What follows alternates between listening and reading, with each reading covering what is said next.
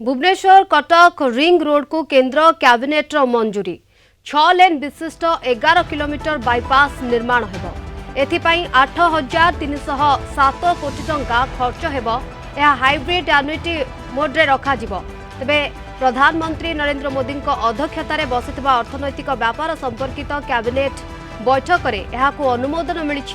Ring road निर्माण हेबा फलरे भुवनेश्वर कटक मध्य भारी व्यावसायिक जान प्रवेश नियंत्रण हेबो। सहर मध्यकु भारी जान प्रवेश बदल रे यह बाईपास रे चलाचल करिवो। यह तीनोटी मुख्य जातीय राजपथ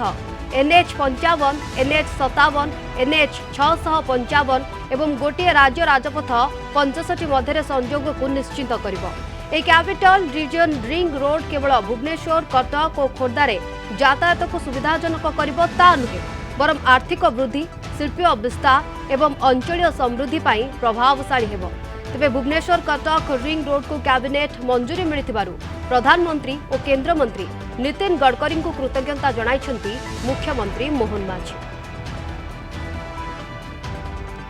तेबे अधिक आलोचना करबा ए बाबदरे आम सहित फोन लाइन रे जोड़ी होछन्ते सड़क सुरक्षा विशेषज्ञ विकास महापात्र श्रीयुत महापात्र आपन को आलोचना को स्वागत। श्रीयुत महापात्र अनेक समय भुवनेश्वर कथा कहतु कटक कथा कहतु ट्राफिक समस्या भारी मात्रा रे देखा मिलता है। लोक मैंने नाही नथिबा हैरान सम्मुखीन होबाकू पड़ी था लोक मानकू। तेबे ये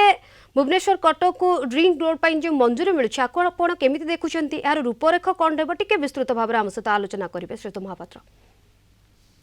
देखो प्रथम स्वागत करी केंद्र सरकार को जो बहुत सुंदर दाबी लोक मान समस्या को आख्या रखी तार समाधान एक भल पदक्षेप ग्रहण कर। द्वितीय कथा राज्य सरकार धन्यवाद पात्र, कारण सी जिन को सब केंद्र सरकार पास दाबी रखी आसते शीघ्र आम खोर्धा कटक और भुवनेश्वर को मिसिकी जो बाईपास रोड कर एटा द्वारा अनेक सुविधा लोक मैंने पाइबे। आप देखिए कटक भुवनेश्वर टांगी पर्यटन जो रास्ता अच्छे खोर्धा पर्यटन जो एक्जिस्टिंग रोड अच्छे नेशनल हाईवे अच्छे 55 सब भीड़ जमी काम बहुत समय चलती रास्ता काम माने चलवा द्वारा रोड ब्लॉक हो बहुत समय दुर्घटना हवा द्वारा रोड ब्लॉक हो तेणु लोक मैंने कटक भुवनेश्वर जो जोतनगरी अच्छी आसवा करने बहुत समय 1.5 घंटा 2 घंटा लगुच रोड कंजेसन आउ गोटे बड़ समस्या था आम मैंने एयरपोर्ट थी समय कटक लोक मैंने जो मैंने एयरपोर्ट को जाऊँच टाइम रे पहुंचवार अच्छे अनेक समय विलंब होता रास्ता काम जो अन्य दुर्घटना जो एवं आउ गोटे सब मेजर कथा जो कहना चाहूँगी सड़क दुर्घटना सब घटुला एवं भारी जान इनवल्व होते मेनली ट्रकर्स मैंने बेसी इनवल्व होते ये जो रिंग रोड द्वारा जो गाड़ी गुड़िक धरतु आपंकर टांगी पाखु से कटक आसबार ना कि भुवनेश्वर आसबार नहीं मैंने खोर्धा पर्यंत सी जापारे ये दत्त नगरी भर को प्रवेश करने आवश्यकता पड़ोनी माने अनेक दुर्घटना कम कारण बहुत समय आम देखुचु दुर्घटना जो लोकंर धन जीवन हानि होती साधारणतः भाव में हेवी मोटर व्हीकल गुड़िक बेसी इनवल्व था दुर्घटना द्वारा फाटाल रोड एक्सीडेंट हुए लोकंर जीवन रास्ता चली जाऊँ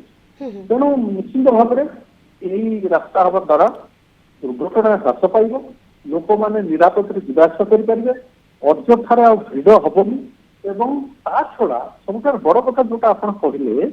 जे इकोनॉमिकल डेवलपमेंट प्रोग्राम सब माने विभिन्न प्रकार कमर्शियल जोन करा जायछि आउ व्यवसाय वाणिज्य हो पार इंडस्ट्रियल इस्टेट स्थापन करा जाय पारिबो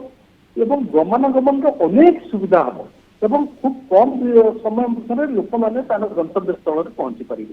गोटे सुंदर पदक्षेप निहाती ये गोटे कोटी ना कोटी बलिष्ठ पदक्षेप जमी आप आलोचना करुले आम सहित दुर्घटना कथा कहतु ट्राफिक सिस्टम कथा कहतु बा सहर भितर को आप कनेक्टिविटी कथा कहतु सबु प्रकार कोटी ना कोटी ये सहयोग कर सहित से नुहे ये शिल्प क्षेत्र में एक प्रकार अभिवृद्धि आणब ये मंजूरी कोटी ना कोटी एक प्रकार बलिष्ठ पदक्षेप बोली आम कहीपर। धन्यवाद श्रीयुत महापात्र आपंकर सविशेष आलोचना आम सहित।